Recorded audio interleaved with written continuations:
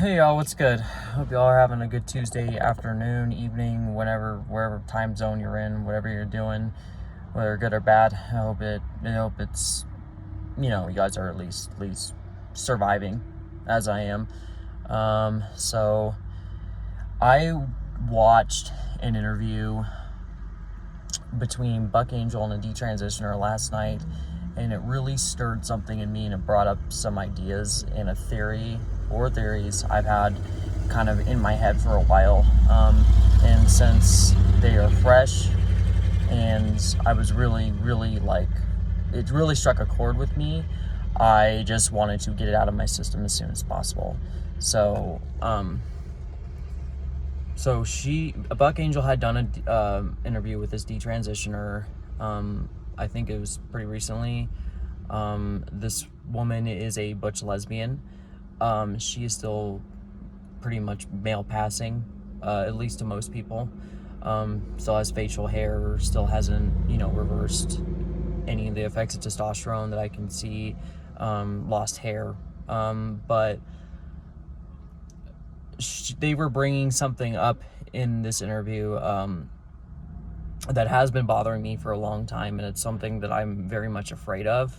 I have been afraid of, especially in the last 2 years. So I don't know how to, just to bring this up too, I don't know how to feel about Buck Angel as a person.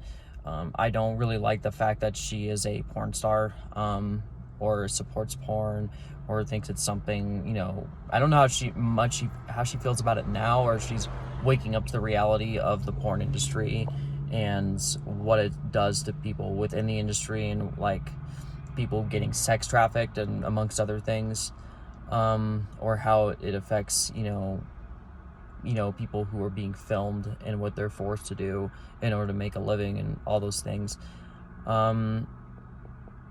I don't agree with her on transition. I still see her as a woman, and I know that is going to really bother some people, as some of the people watching me too don't agree with that. And Buck Angel doesn't like being seen as a woman or being called a woman, but that is just something completely neutral for me. It's nothing against Buck. I don't think she's a bad person. I like her as a person for what I know. I'm on the fence about things, like I said, but I have nothing against her as a person. Calling her she is completely neutral. There's nothing against her. It's not meant to be disrespectful. That's just how I see her. But so I'll be referring to people as their sex in these videos. And I brought this up in the past, but a lot of those videos aren't around anymore, so I'm just letting y'all know now, so there's no confusion and everything's just laid on the table. But so Buck did an interview with this woman. She's just kind of like hanging in the breeze. She's not kind of going either way physically. I'm not sure what exactly she identifies as or wants to go by. But she was kind of like me in the beginning of my detransition for the first couple of years. I was not very sure which way I wanted to go, or if I could end up fitting into the broader culture of things.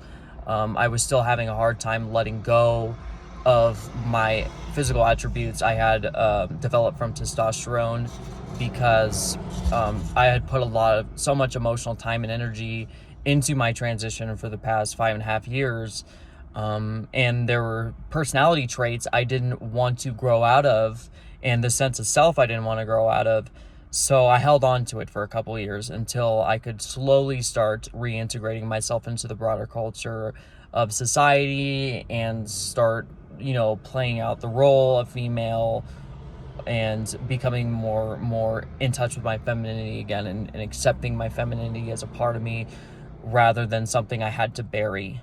It was hard for me. Because I also felt like I was an attractive male passing woman. Like, I was attractive on testosterone, and I was attractive with the facial hair. So it was really hard for me to get rid of that and imagine myself without it, and know that I could still have these physical attributes to some degree. I still deal with it. I still grow facial hair. I still have some muscle tone that's not typical of women, whether that's something more genetic at this point that's expressing itself or not, or whether, it's probably caused by cerebral palsy spasticity because I have a physical disability, like I said. And, obviously my face has been altered by testosterone too, and especially my forehead, which is why I always try to cover it. I still do my best. I try to pass the best way that I can. I do what I can to make other people feel comfortable and help myself kind of fit in with the rest of society and in female spaces. Try to be careful so I can use the bathroom comfortably at least. But it took me a while to get to this point. I wanted to feel comfortable and I wanted to go through that process on my own without feeling pushed. And it happened during COVID, like at the beginning when we had the quarantine and stuff like that. I wasn't working. I wasn't really a functioning member of society for the most part. So I was able to just kind of go through that honeymoon phase of like, oh, I'm a woman and I'm comfortable with myself and I'm going through my normal female process again, menstruation, and I'm still dressing in men's clothes. I look like a man to most, to people in society, but that's okay. I'm just kind of floating in the breeze a little bit. I'm just giving myself time to process things and know how I feel about things and figure out how I can fit into the world again comfortably. And I don't regret that. I've done videos where I was in that physical state and I've since deleted those videos because they're just not me anymore, and that's not what I value anymore. And I've just grown up. I realized that kind of way of being and thinking was not me as in a matured state, in an evolved state. I was still, kind of buried and kind of hiding myself. So, yeah, that was part of my past. So seeing a woman like this, I don't have anything against it. I don't judge women for wanting to pass as male or look masculine. I'm going to say masculinized because to me, these women do not look like men. They may have physical attributes, obviously like facial hair, kind of a more angular, robust looking face, jawline, forehead. They got a receded hairline, obviously. They're wearing men's clothes. It doesn't matter to me. When I saw this woman was very obviously to me a female. She still, I saw the physical traits underneath the masculinization, and I saw like, this is a woman. Her eyes look like a woman. Her face looks like a woman still. Her mannerisms, her smile still look like a woman. She has a female essence, right? And like, it didn't bother me that she had these things, because I went through that myself. But then she was bringing up how in society, as long as she visually looks this way, as long as she sounds this way, people see her as male. And she was in a group of women who were feminists, and they were all kind of acting a little bit assertive and kind of girl boss, maybe kind of just more of an outspoken, assertive, kind of outwardly expressive women, like trying to have, I guess, what's considered more masculine traits, even though they're not masculine to me, they're women. And when this woman who passes as male to them tries to act out the same way, even though these women have been told that she's a woman and she's talked to them about it, they still treat her like a man or see her as a man. And it's just so weird to me. It's weird to me personally, having gone through this and seen my own process throughout the years. And obviously when I looked and sounded that way, I was gendered as male, and seen as male. And I'm someone who transitioned physically outwardly really well to a lot of people. But I was still a woman. Underneath it, I was still a woman, and a lot of people assumed I was gay and effeminate and stuff like that, and they wondered why I acted the way I did. Like, something wasn't sitting right with a lot of people when they spent a little more time around me. They just were picking up on things. And it's weird to me seeing women who picked up on the fact that this person is a woman when, or logically know this is a woman, but can't seem to instinctively pick up on those things or see her as a woman because of her outward appearance and voice.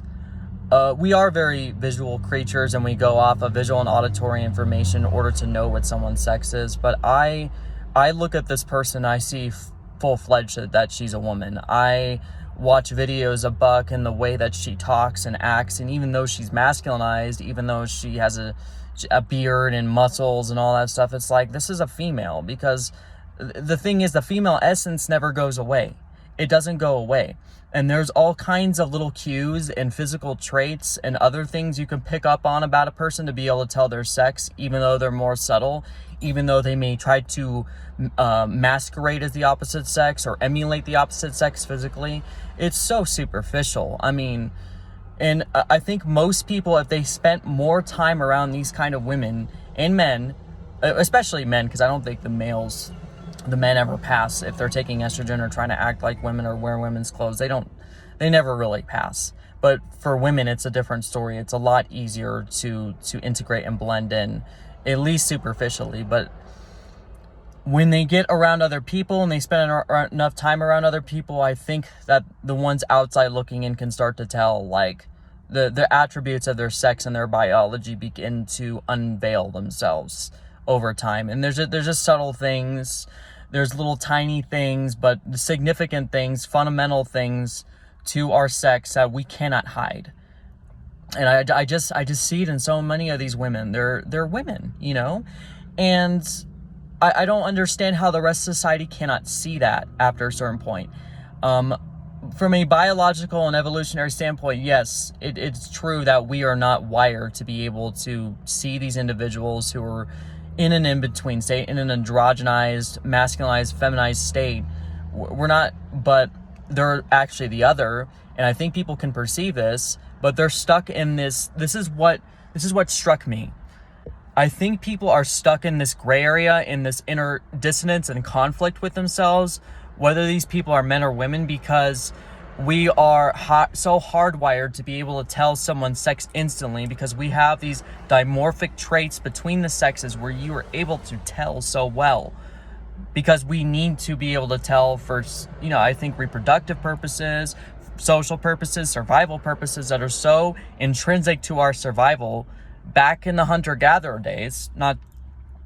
It's obviously for similar reasons now, not so much for survival anymore.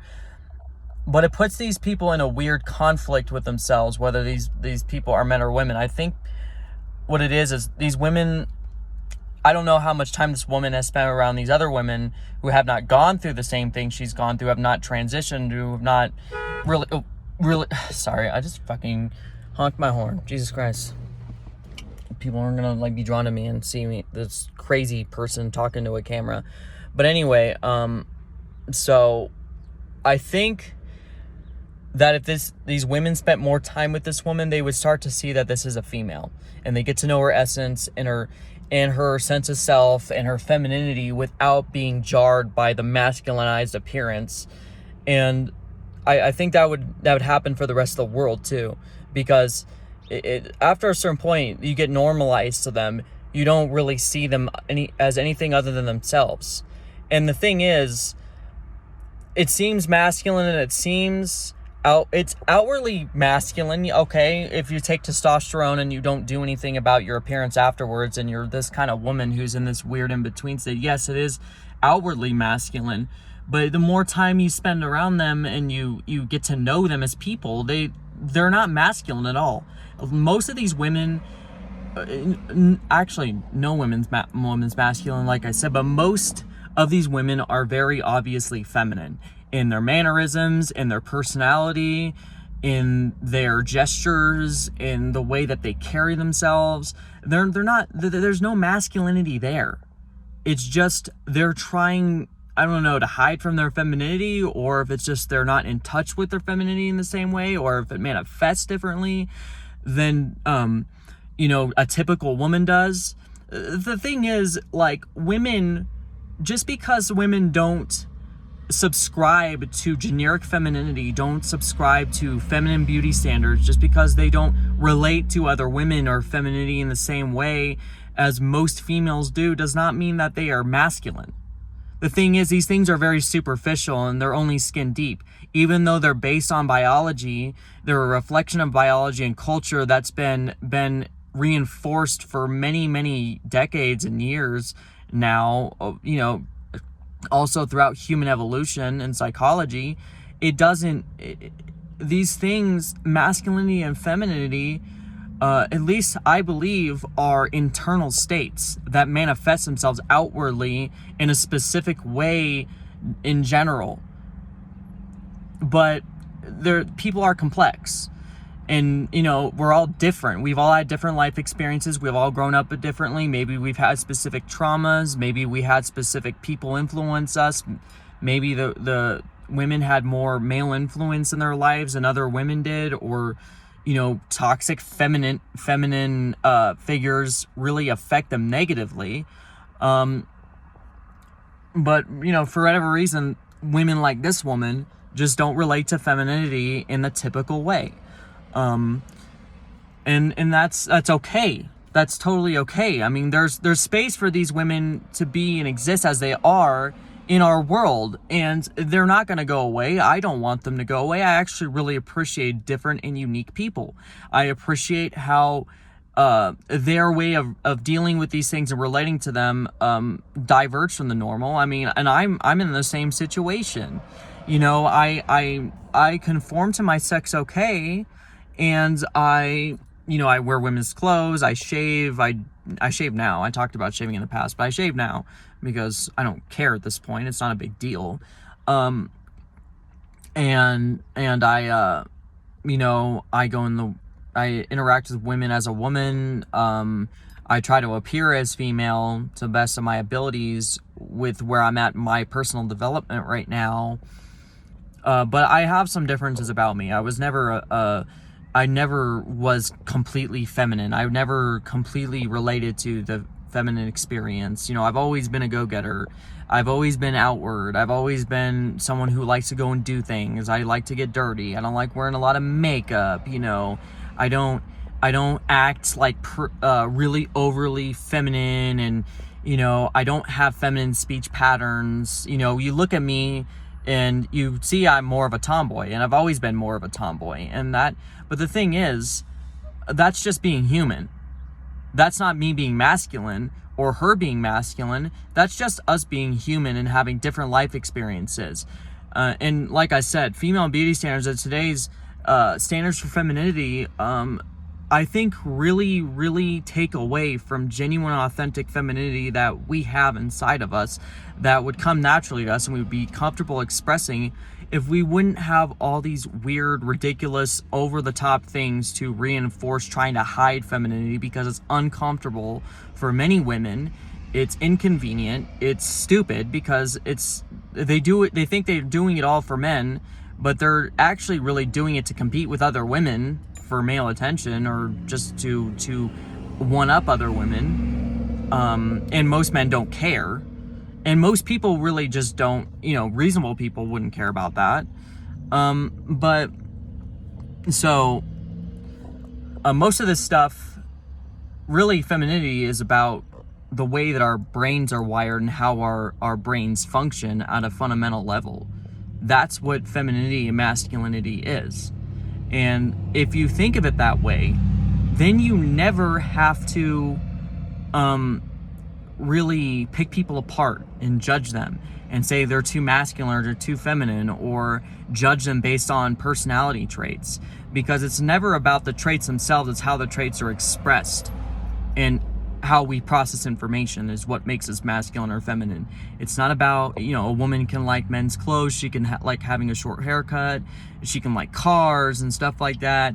A man can like makeup and dresses, and he can act more soft and everything. People can just be who they are, and they don't have to be judged so harshly for these over-the-top stupid things, the stupid standards that we have to go off of in this society in order to fit in. The thing is, people will always be what they are at a fundamental level through years of evolution from what was intended by whoever or whatever put us here, whatever you want to call it, whatever you believe. People still have an essence about them that has a right to be respected and acknowledged for what it is. And they can still be different if they want to be, because energy never changes. It doesn't stop or begin. It just is.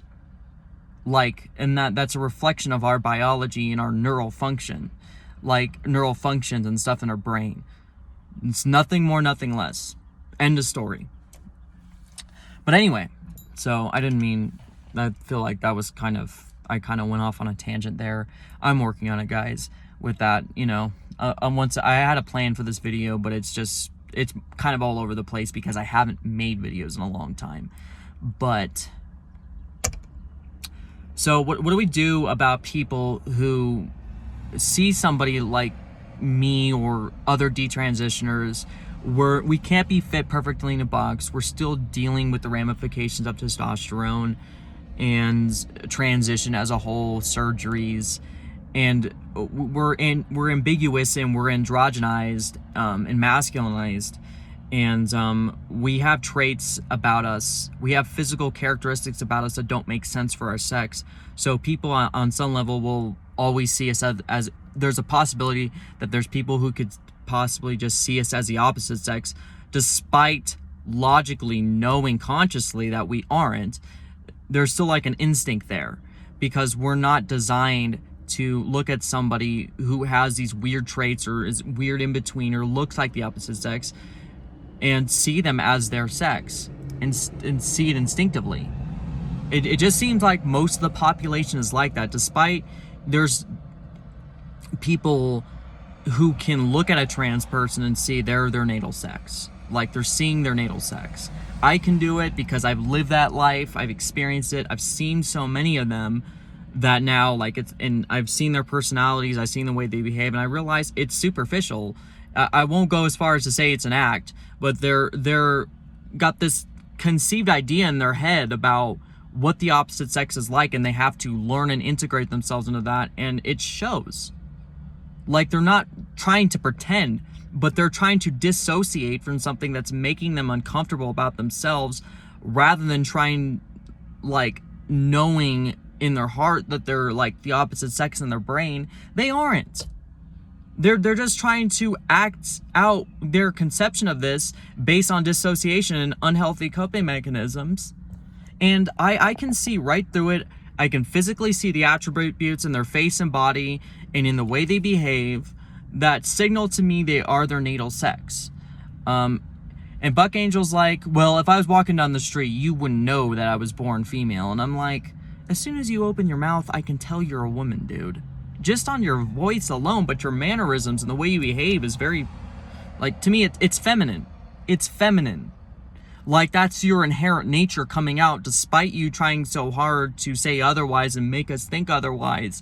It's just not going to stand true from someone like me, or just a lot of people like me who've been through this, or just other people. There's people in general who are just very good at seeing beyond the facade, or beyond this idea that you think that you're acting out, that you're like this male and you have this male way of being. It's just, it's just like, you're not fooling me. Like, I know what you are. But anyway, so, and that's just the thing. Like I said earlier, I just think that if people understood more and they adapted to being around these people more and tried to see masculinity and femininity as inherent traits of our biology, I think they could be able to see that this is a woman a lot better and easier, and be able to wrap their head around that a lot easier and better, because she's very feminine as a person, and I can tell, and I worry about this with myself, and something I've noticed is that it really just depends on the age group you're talking to, whether they can tell you're male or female, if you're kind of still in an in-between state, which I am with my voice especially. My voice is really a dead giveaway to my past, and it is jarring for people. And most of the time what I've noticed is that the younger people within my generation, whether male or female, are not good at being able to tell. A lot of them call me sir or he, or if they do, refer to me that way. If I just talk like this normally. When it comes to people who are middle-aged, it's the women generally are better at being able to tell than men. Men, they're okay with it.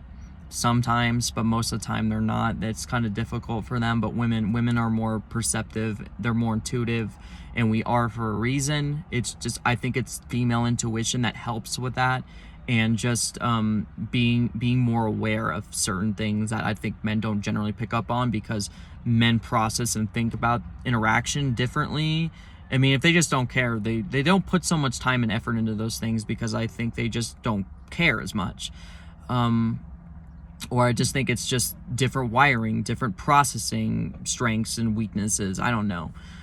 But, and if you get to the older range, most of the time I think older women can tell I'm female. The men are still like kind of in the middle-aged group, I would say. But older women, kind of more senior citizen to middle-aged, or other way around. Sorry, I'm confusing myself.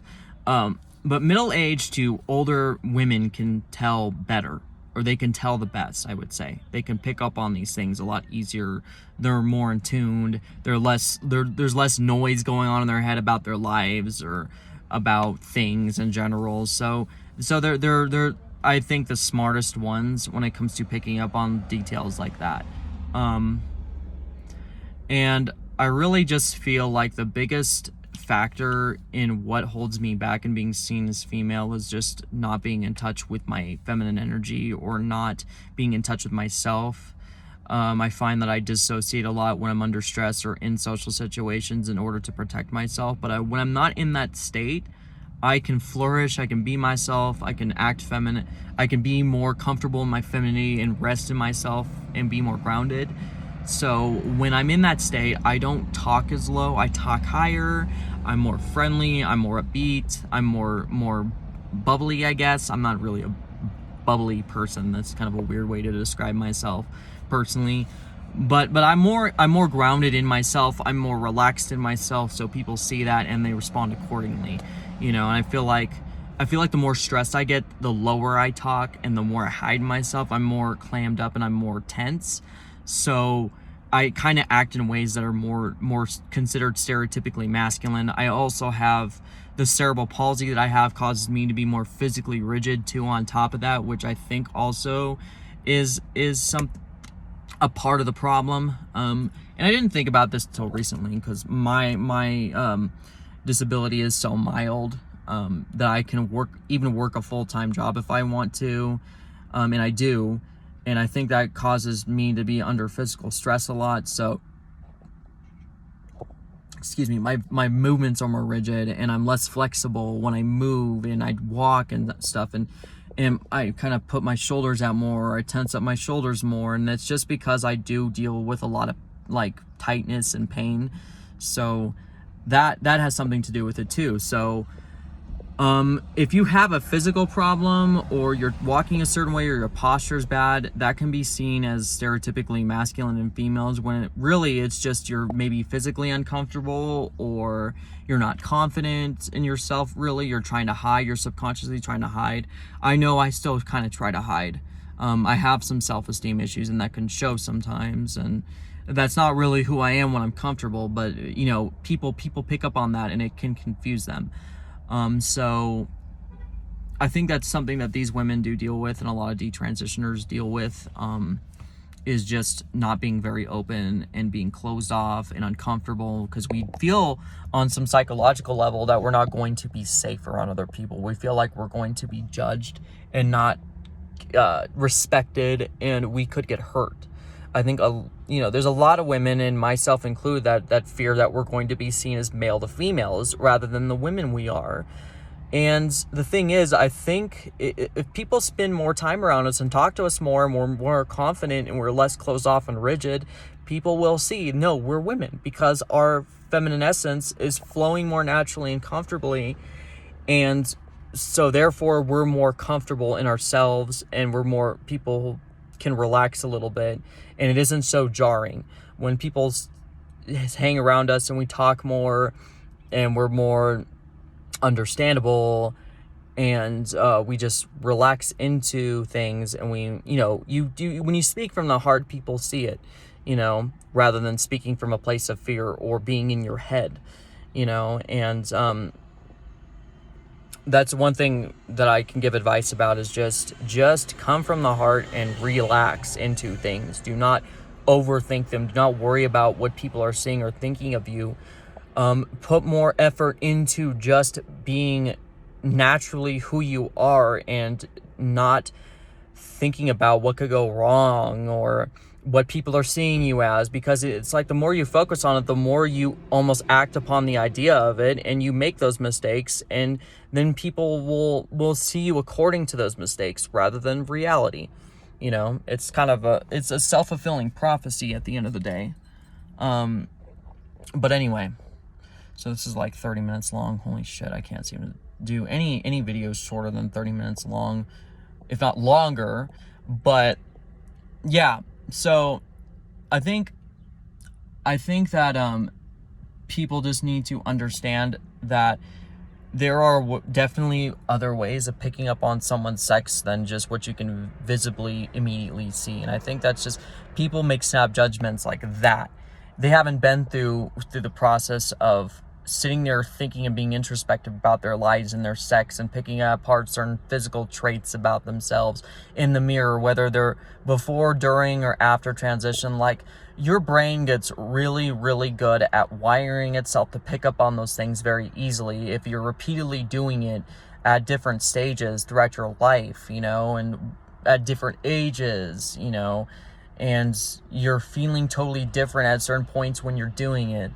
So I'm very good at being able to pick up on these things. I can look at these women and see they're women, or men who look effeminate and feminized. I mean, that's a no-brainer to a lot of people, but for women, it's like, there's so many ways to tell. And I want to go more into like how I can help like the general public who has nothing to do with this looking into it. I want to help them be able to do that too. My earring just fell out and it's in my hair. Oh my god, that's a little horn. But anyway, so that's my point, is like we're not enigmas. It's not that hard to figure out. We're not really designed to pick up on these things, but the thing is, you can learn, you can figure it out and condition yourself to be able to see it. And that can be for safety reasons, or it can be for reasons trying to understand a person or help them, and just treating them with more respect, even having more empathy for them can understand. It can help you understand those things. And you know, this woman has a place in the world. We all have a place in the world, because at the end of the day, our essence is inherent. There's nothing we can do to fix it. There's nothing wrong with it. Not being stereotypically masculine or feminine doesn't mean you aren't those things in accordance with your sex. It just means that things manifest differently, and we have different life experiences. We're complex, and the thing is, it's like, if you're that way, if you conform, okay, it's fine, let it be. If you don't conform, okay, it's fine, let it be. You know, there's no need to alienate people. There's no need to be afraid of certain types of people. There's no reason to put them in this box if you have the knowledge and the toolbox to understand them. And if anybody wants to ask me any more advice, you know, there's advice I could definitely give you, because I've lived this and I understand it. I've seen it in myself. I've seen it in so many of these other people. I've been around them enough to know. So anyway, that's just what I wanted to say. I'm working on my ability to make videos again. I know it's a mouthful, but anyway, check out the interview. The detransition woman's name is Aaron Kimberly. I'll leave her information down in the description if you want to look into her. And I'll maybe see if she can look at this video and see what she thinks, because I think that her views are a work in progress. She's trying to work on herself, and she says it's like, okay, if someone presents these ideas, then I'll live them and see. So see what she thinks about it. So anyway, guys, thanks for watching. Hope you have a good rest of your night. Have a good one.